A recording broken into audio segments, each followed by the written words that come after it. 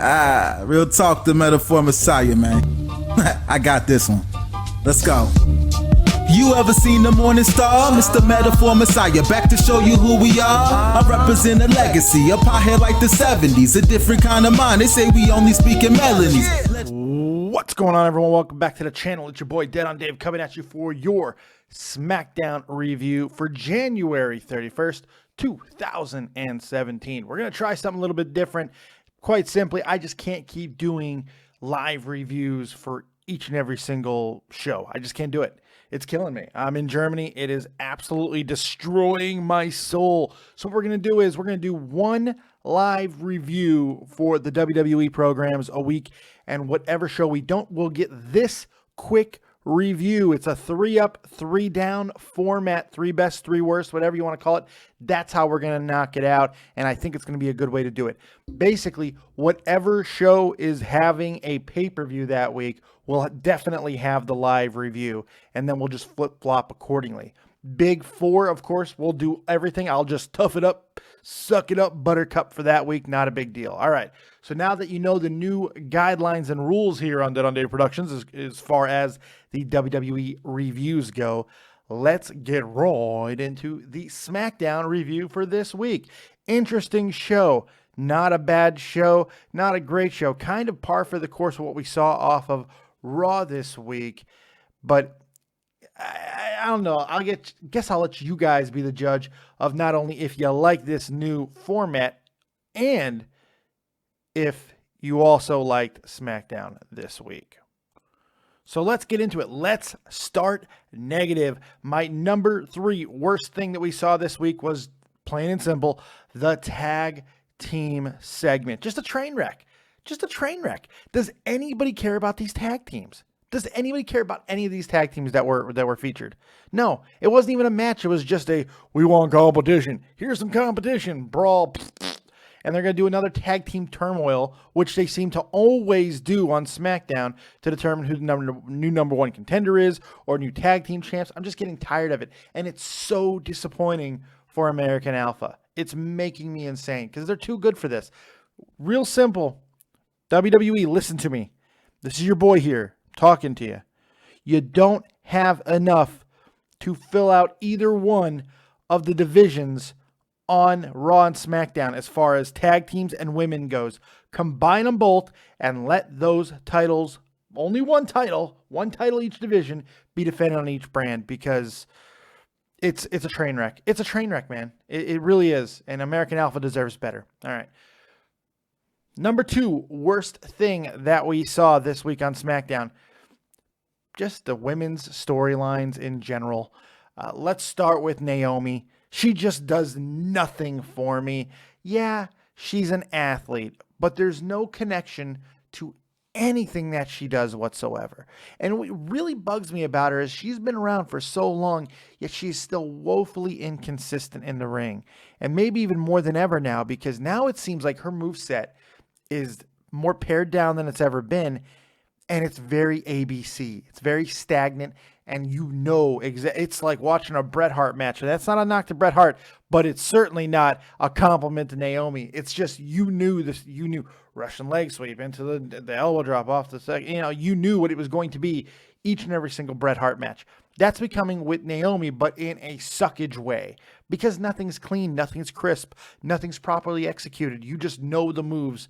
It's the same thing each and every match, and it's just there's nothing there. Just nothing there. And I hate to say that because you're just intolerant. You just don't think a black woman could be. No, Athena's awesome. What do you want me to say? On the other side of that as well, she's not the only one who's disappointing because Nikki, Natalya, and now Daniel Bryan being added to it. Stop. It doesn't work. There's no chemistry here at all. And plain and simple, it's not fun. It's not fun. It's not funny. Nikki can't react to anything. She is the worst actress in WWE. She really is. And that's saying something. Like, why can't she react to things? She has pouty face or happy face, and that's it. There is no in between. And Natalya, Jesus, man. I appreciate the fact that they're trying to do something with Natalya again, but it just doesn't work. Just let her excel in the ring, because that is where she really is best at. Stop all the other stuff. It doesn't work. It doesn't work. Keep these two away from each other. It's awful. Number one, luckily for everything else that we just talked about, there is a number one. And it's a clear number one. It's been a while since I've gotten to really talk about this, man. James friggin' Ellsworth. Oh my God. What are they doing now? The fans don't even care anymore. Fans don't even care anymore. The one thing that they could have done to continue to capitalize on James Ellsworth is just continue to pump out really bad and cheesy shirts. I think the hipsters would have continued to buy those shirts because hipsters are hipsters. They're stupid. They'll buy stuff like that, says the guy wearing a knitted hat right now. But whatever. I'm wearing a beanie. Eat me. I don't get. I'm not a hipster. My beard might say otherwise, but I'm not a hipster. Yeah, okay, I put some oils in it, but I'm not a hipster. No, I'm just so tired of this entire thing. Even with Carmella, speaking of a waste of a woman, just another waste of a woman in a storyline. Doesn't do anything. It's very annoying and grating more than anything else. Ellsworth adds nothing. And it's just, they made a mistake. They made a mistake. He had a little bit of a surge, and they tried to do too much with him. And now the fans don't even care anymore. He can't talk. He can't act. He couldn't even keep up with Carmella skipping to the ring. He's got no athleticism, no charisma. There is nothing about James Ellsworth that works. And I hate saying that. But the reality is, and this is the same as in life as it is in wrestling, there are different divisions and different ceilings for a reason. Do I think it's right that some people never get out of gymnasiums? No. But there's levels for a reason. That's all I'm saying. All right. I'm tired of being negative. Let's go to the positives. And there was some positives off of SmackDown. And the number 3 best thing that we saw on this week's SmackDown was the cold opening with AJ Styles, Shane O'Mac, and Daniel Bryan. Very enjoyable back and forth. I loved how easily they moved forward and explained all the participants of the Elimination Chamber in a very non-draggy and drawn-out way. I also like that we didn't get whiny AJ. I like that. I think AJ also debuted a new shirt tonight, I believe. I like the new colors. I liked everything about it. It was a good selling tactic. I like Dean Ambrose coming in at the end and being very flippant about finding out he was in the event. I loved that. I thought it worked really, really well. So that was fun. Number 2 best thing that we saw on SmackDown this week, the AJ Styles, once again, Ambrose match. We've seen this match a lot, obviously, but it was enjoyable, even though we've seen it so many times. So glad AJ Styles did not lose this match. And for, if no other reason, just so we didn't have to hear all you butthurt smarks come and tell me, AJ being buried, do you see him? I told you he'd be buried. They buried him. Do you see what the WWE does? They don't appreciate anything. I'm so glad I don't have to hear that. So I'm just very happy that AJ at least won the match. Is AJ's time in the main event right now gone? More than likely, yes. Is the rumor of him and Shane at WrestleMania a little disconcerting? Yes, but it also can be looked at as a very, very big honor. Not everybody gets to wrestle the McMahons at WrestleMania. Not everybody gets to do it. Fact is, Shane's going from The Undertaker last year to AJ Styles. That's a boon for AJ Styles, okay? I'm just saying. That's actually, and I think they can actually do quite a bit of good stuff together in the ring. We'll see what happens. Number 1, best thing. Oh, I'm sorry. A little bit of extra note onto the second one. There was also, I like that all the Elimination Chamber match contestants, at least 4 of them, I should say, were there, and they had a nice little spot. I thought it was a nice way to send the show off. It wasn't too over-the-head hammer. I like that Baron Corbin stood tall. Good stuff there. All right. Number 1 best thing that we saw this week was the Randy Orton, John Cena, Bray Wyatt, Luke Harper segment. WWE in general, as of late, seems to be doing a lot of misdirection right now. And I think that we're seeing it again with this entire segment. Everybody's freaking out the fact that John Cena won the title. But I got news for you, kids. It's not going to be Randy Orton and John Cena again. And I know a lot of people are like, why does it keep coming down to these two? It's not. It's not. It's once again a little bit of a troll job. The fact is, there's something going on with John Cena right now, and I'm not exactly sure what it was, because it's weird. It feels like they were primed to celebrate that 16th title reign a hell of a lot more, but all signs are pointing this to being a throwaway transitional title run.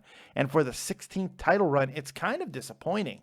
You know, Ric Flair won a lot of titles late in his career, into his 40s and stuff, so some of the shorter title runs were a little bit understandable. But the fact is, John Cena is only like 39 years old, if he's even that. So shorter title runs don't seem to make a whole hell of a lot of sense. And we have heard nothing but past ideas or nixed ideas for John Cena's WrestleMania match. And if Dave Meltzer is to be believed, and I got to be honest, but a lot of things that he said about John Cena lately, he's been 100% right. But if he's to be believed, he once again has another new opponent for WrestleMania, and apparently it's not good. Apparently it's like a non-celebrated thing, and I got a feeling it might be Luke Harper. It very well might be Luke Harper. I'm not sure yet, but I got a feeling, because we are seeing the makings of a little bit of a complete swerve here. I think some people are expecting Orton and Bray Wyatt now that Orton won the Royal Rumble. I think it's very possible that's exactly what we're going to see. But the thing is, with this segment in general, there was just freshness to it. And I don't really know why, because we've seen this combination of wrestlers around each other for a while, but there was something fresh about it. I like the Harper and Bray hypnosis thing that they keep doing. For some reason, it didn't bother me like it does in the past with other wrestlers and other angles. I just simply believe it. I love the chemistry between Randy Orton and Bray Wyatt, and John Cena is just being John Cena at this point. He came off of maybe arguably his greatest match he's ever had, and then he just kind of went back into John Cena mode on this episode. So it is what it is, but I didn't hate it. I liked the opening segment, and I liked the subsequent match to a lesser degree than the segment, but the match itself. Final thought on all of this. Bray Wyatt's return to WWE focus, I guess, is the best way. I think most people are expecting, and once again, this goes to the whole misdirection thing. I think people are expecting that Bray Wyatt is once again going to be overlooked, overshadowed, or simply brought to a point and then lose again. This might be the time where Bray does bust out. Bray is probably walking out of Elimination Chamber as champion. It's just the way I'm looking at it. And it's going to be very interesting to see how that goes, because they tried it with Dean Ambrose. They were like, okay, we've held this guy down. We've cooled him off so many times. Maybe it's time to really let him go and see if this works. And it didn't work. Let's see if Bray can be that guy. And going into WrestleMania, you don't give a guy a bigger chance than getting the title, the pay-per-view for SmackDown right before WrestleMania. That's a big, big give. It's a big ask. And there's a lot of responsibility to it, especially since he's going to have a match with the Royal Rumble winner, which is supposed to be the main event. So this is going to be very interesting. It's make or break time. That's what I feel like. Make or break time for Bray Wyatt, and let's see what happens. So that's what I liked. That's what I didn't like about SmackDown. What do you guys think? Hit me with your favorites and not so favorite things that happened on this week's episode of SmackDown. Hope you enjoyed the new format. Let me know about the new format. Let me know what you think about the changes here with the wrestling content. We're going to make some changes, mainly just because of things change, man. Channels changing. Wrestling is always going to be huge here. Got some great announcements as well coming as far as wrestling stuff. Nothing is going away as far as that. Just some of the live shows are going to change. I'm going to die. I'm going to die, guys. I'm going to friggin' die. Andre Corbeil, main fixture here on this channel now. It looks like Sundays are shaping up to be his day for Ask Andre. The segment you guys really liked when we did it last week. It was so much fun. You guys supported it. It's going to be a weekly thing, and it's looking to be Sundays, at least this Sunday for sure. And there might be a little bit of extra specialness for this episode, so tune in for that. Andre Corbeil, go check him out. If you're not subbed to him on YouTube, go do it. We both work for Vince Russo on the brand website and, of course, his YouTube channel. We have the Andre Corbeil Show along with Rob Kimball each and every single week on Vince Russo's channel. Go check that out as well. Doing very well. Keep supporting it. Thank you guys very much for joining us right here on Dead on Day Productions and this SmackDown review. Hope you guys enjoyed it. Like, subscribe, and share. And as always, if you don't have talent, have talented friends. Keep it copious, folks. And peace.